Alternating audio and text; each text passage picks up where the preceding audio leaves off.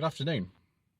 My name is Joseph Lloyd and welcome to No Budget Reviews, the series where we go around the country finding cars that you can buy in good condition with an MOT for under £1,000 and filming them with absolutely no money at all.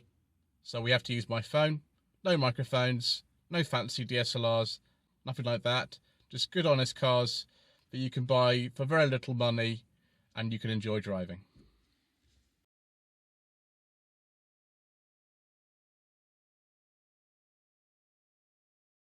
So welcome once again to No Budget Reviews.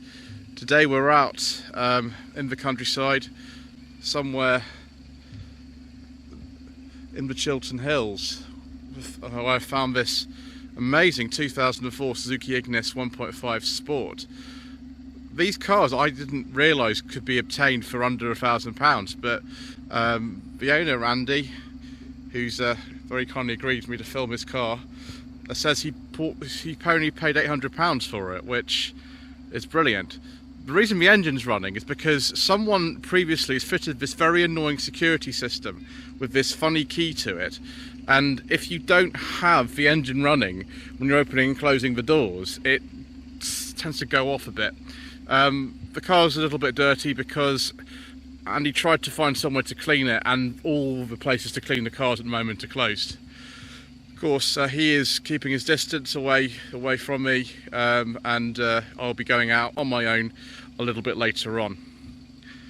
The Suzuki Ignis itself is a car that has been revived quite recently in I think 2016.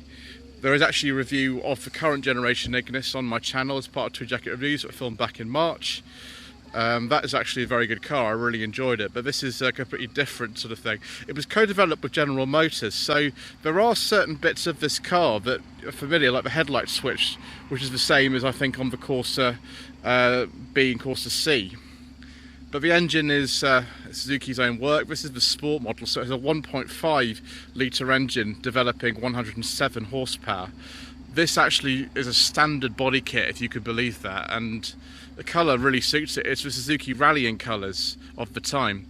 There were other models available, such as the GA, GL and GLX, and there was a four-wheel drive option, although this car doesn't have it. After the facelift, which came in about 2004, this model was actually dropped, as was the three-door car entirely, I think, and it went to a five-door only body style, but a longer five-door body style, because a few years earlier the GM developed version of the Ignis went on sale in Australia and other markets. It's called the Chevrolet Cruze or Holden Cruze, very confusingly, because the other Chevrolet Cruze didn't come on sale until this car was out of production, and they chose in Europe to market the longer five-door as just the Ignis facelifted it and used the design cues from the Holden version. But this is a Japanese-built one, I believe, the Sport. Some of them were also built in Hungary. It was, I think, the Japanese one with a short wheelbase, and we'll have a look inside. We'll make sure we keep this key handy. And we have an amazing Recaro interior in this car.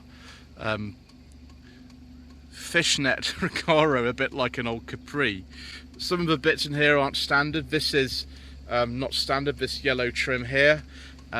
This certainly is not standard, with the starter button in there and this double-din big unit here. That's not standard. Neither's the yellow headlining. The gear lever is actually off a Toyota Yaris T-Sport, so you might recognise that from the review that I did a while ago. Let's just have a look at the dashboard. Typical sort of Japanese domestic market type thing. We have, let's just turn that music right down. We have indicators on the right and wipers on the left. Presumably the headlight switch in one of these was on the facelifted one, because this all looks very, very Suzuki, apart from the fact that these buttons look very familiar to anyone who's driven a Corsa B. So there are maybe bits in here from things like the Suzuki Wagon R Plus and the Vauxhall Corsa, which had this sort of thing in the middle as well. I was wrong about the headlight switch. That might actually be on the Hungarian built cars. The pedals are not standard either, but he did warn me actually the brake and the clutch are really close together. They're very close together, so I have to be careful about doing that. Let's have a look at the glove box. Plenty of excellent quality music there. These seats are very nice in terms of you know, hugging you in all the right places. Excuse me. Also got an LED interior light. That wouldn't have been standard, I don't think. And oh, we've actually got mirrors on either sun visor. That's pretty good. Very good. Right, we'll just keep the engine running. The door pocket's absolutely tiny. That is really small. Electric mirror adjustment to this car. There is air conditioning as well. For some reason, you don't get side airbags in a Sport. You got those in the other models, but you didn't get them in the Sport. You would have thought you'd need that more if you're driving, you know, in the manner of someone who's into rallying. There's the rear seat. It is a 5-seater, this car. Although the seats actually split a bit like a Jimny. Jimny that we did was a 2004. That was the first ever episode, No Budget Reviews. It was like a year ago actually we did that. That's interesting. We've you know, come a long way since. I'm not actually going to get in the back of this one. We'll sort of just film from this sort of bit. Actually, I might go around the other side actually and do that. And whilst I'm on the way there, I will take a look in the boot. There we go. That's not as bad as one of those on a Qashqai. There's not a lot of room in here actually on this 3-door model. You can see why they maybe went to the longer wheelbase 5-door after the facelift. And he's got his work stuff in here because he uses this car to do work and things, which is great. Full rear seats by pulling that toggle there. Non-standard exhaust as well, so we'll have some fun with that in a little while. I have to say that this is one of the most requested cars to feature on No Budget Reviews, so I'm very happy to actually have managed to do it. That's pretty easy getting in like that. We've got random heated seats as well. That's very nice. So if we just adjust that. Oh, that's all right. There's loads of room in here. Headroom's pretty good as well. It's a lot better than most cars of this size. I mean, we've done all sorts of things on No Budget Reviews. We've done the Fiesta, we've done the City Rover, Rover 25, Toyota Yaris T-Sport. We've done all sorts of things, and of course the Proton Savvy. There's even a lever here for me to be freed from my self-imposed prison. Oh, that's a violent jolt. And then of course you've got, my gosh, you've got a little screen here that gives all the music that's on the stereo. Wow, someone really had a lot of fun with that, didn't they? So that's not bad actually. It's got to mind your head a bit, but it's not as bad as a lot of these cars are. And they've got a little shelf down there for all sorts of odds and ends. Brilliant. Right, I think what I will do is I will switch off this car using the very peculiar starter button, and we'll have a look at the engine whilst it's turned off. So you foot on the brake. Excellent, beeping started. I better get on with myself. So here is the 1.5 VVT engine, developed 107 horsepower. I think it's called the M15A engine. I might be wrong about that. Also using lots of other Suzuki models as well. There's lots of room to work on the engine from sort of side by side. The battery's absolutely tiny in this car for some reason. Don't quite know why, but it is. Not so much the front here. But yes, it's just a very kind of typical sort of engine bay of the period. Like a lot of the cars of the period, I'm sure you sometimes need to get your headlamps cleaned and things, but that's not a really unusual thing or anything like that. Do have the standard wheels on this car, which are NK wheels. They look like they're aftermarket, but they're not, which is great. Right, I think it's time to take her out for a little drive.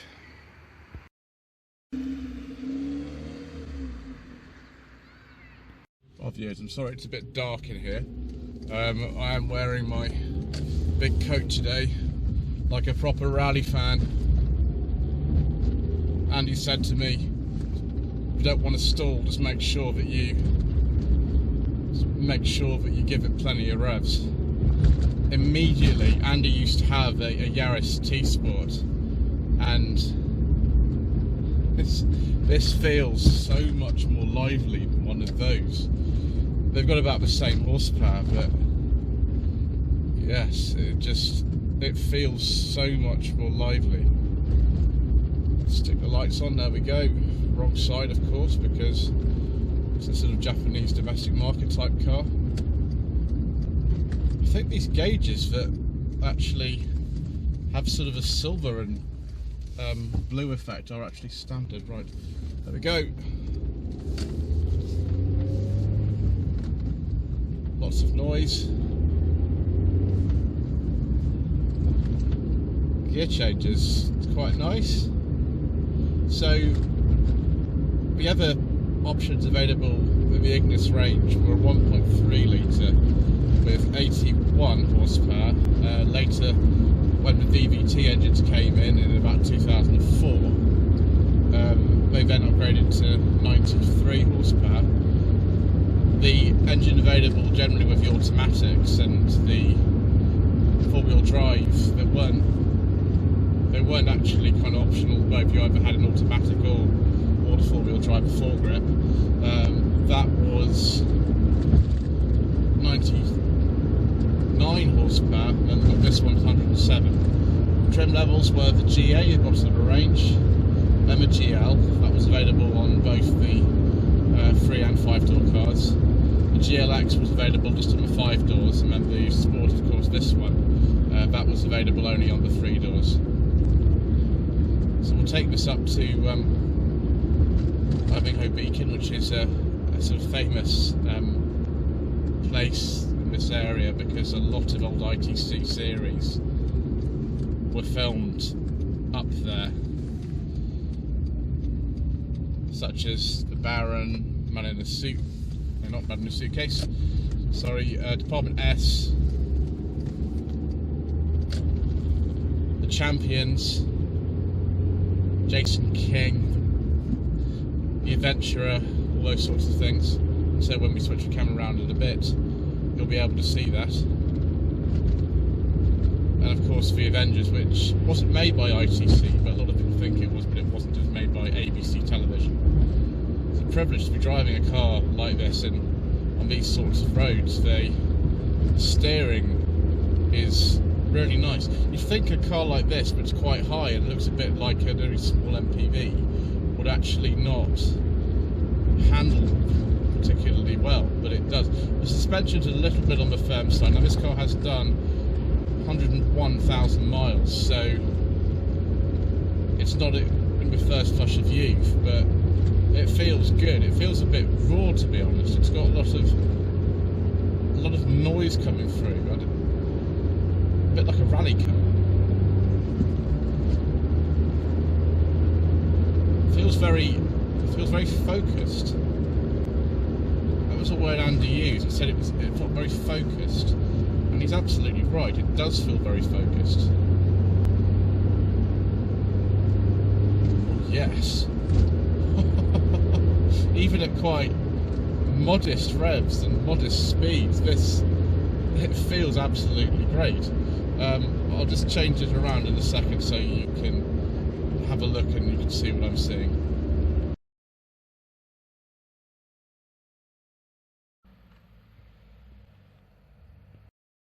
Guys, we've got a bit of, see if we can get rid of that bit of a windscreen. There we go, that's a little bit better. Go up Ivinghoe Beacon. So it's just round this corner. There we go. I didn't need to change down so low, but it sounds great. More of that, please. Right. Second gear. Let's see if this rally-inspired car can run uphill. Yes. Oh, I'm kind of grid. Oh, Yes, this is where traditionally in an ITC series you drive along the edge of this ridge, depending to be in Spain or something like that, and then the brakes on your car would fail and you'd be hurtled off the edge and you'd end up at Vauxhall in Surrey, where they would then film the next shot where your car was hurtling into the Betchworth landfill below. Betchworth landfill doesn't exist anymore, and Vauxhall is, well, it's still very beautiful, but you can't get up to any speeds on that road because it's a 40 limit. Sorry, a 20 limit. This is a 40 limit. All this corner is a little bit dodgy. It's where you might be heading off right there. Even at these sort of moderate speed, because I've got traffic in front of me, which I'm not a bit annoyed about. It's great. And there we go. There again, it's another place where you would be heading off into oblivion. I'm very pleased that Andy said to me, don't come up here to do the walk around because it'll be full of people, and it is. It's ram full of people. But I'm very glad to be here. I'm sorry the mount's in the way. That's just the way that it goes on this channel. I might try to alter that slightly. There we go. There we are. I don't know if you can see anymore, but if you've watched some of these old series, this road is ever so familiar. And we'll turn around and come back the other way as well, so you can see some more delightful footage from Ivinghoe Beacon. Well, I'm so glad we didn't try to film up here. There's cars everywhere that could be stuck in the mud, and I don't really want to get stuck up here. It wouldn't be great. Okay, go! Yes! My position's not that good because I can't put my seat any further back, so yeah, that's a bit of a problem, but it's still absolutely brilliant.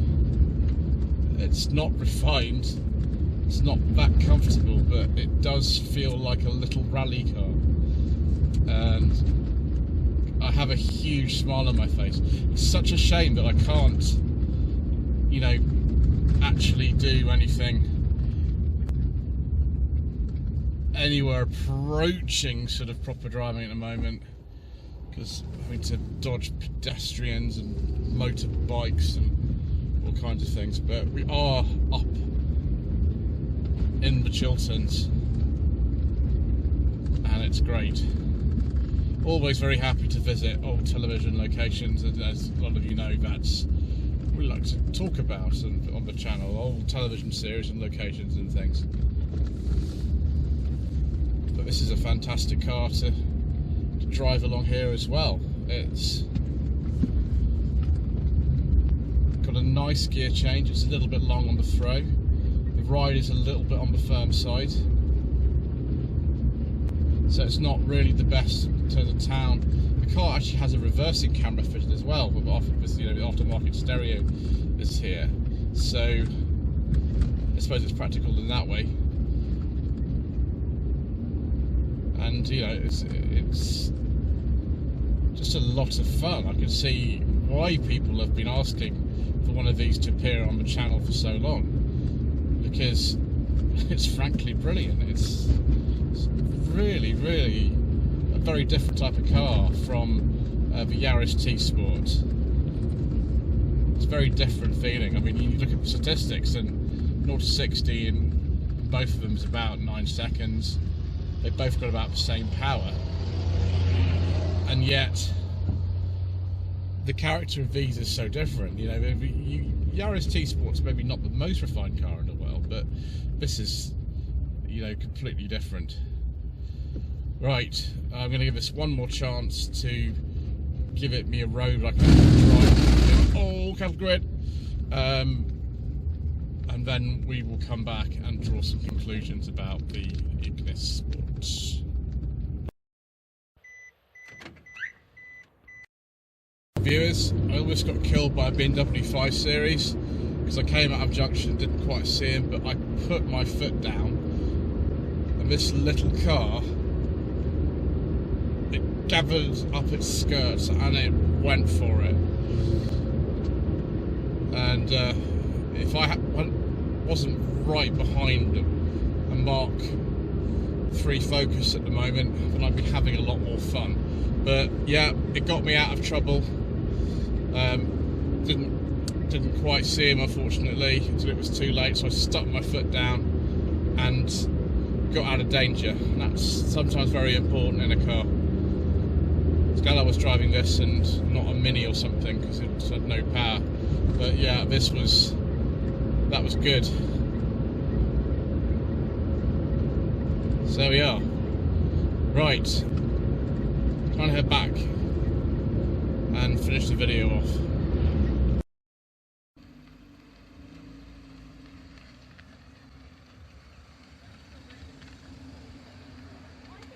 So viewers, the rally-inspired Suzuki Ignis 1.5 Sport. Should you consider one of these cars? Well, yes. This has to be one of the most fun cars we've had on No Budget Reviews. It's a little animal, really. I'm just a bit annoyed that when I got up to Ivinghoe Beacon, which was, you know, an iconic place to go with a nice twisty road, that it was just disappointing. But we did have our fun at the end, and this is a car to have it in. It's not very composed on the motorway. Some of the interior bits are a bit sort of hard and things, but what do you expect, really? It's a very cheap car. It was cheap when it was new, and now it's even cheaper. They're not particularly unreliable cars. They're pretty hardy, as are a Suzuki after all, and just gives you a little grin on your face every time you drive it. So yes, thoroughly recommended. Anyway, don't forget to subscribe to the channel for more episodes of No Budget Reviews. Very thankful again to Andy for lending me his car today. Don't forget to like this video and to leave a comment below. If you want to offer your car for No Budget Reviews, the address is japl745@hotmail.com. We've got Facebook, facebook.com/Lloyd Vehicle Consulting, and also Instagram, instagram.com/Lloyd_vehicle_consulting. Thank you.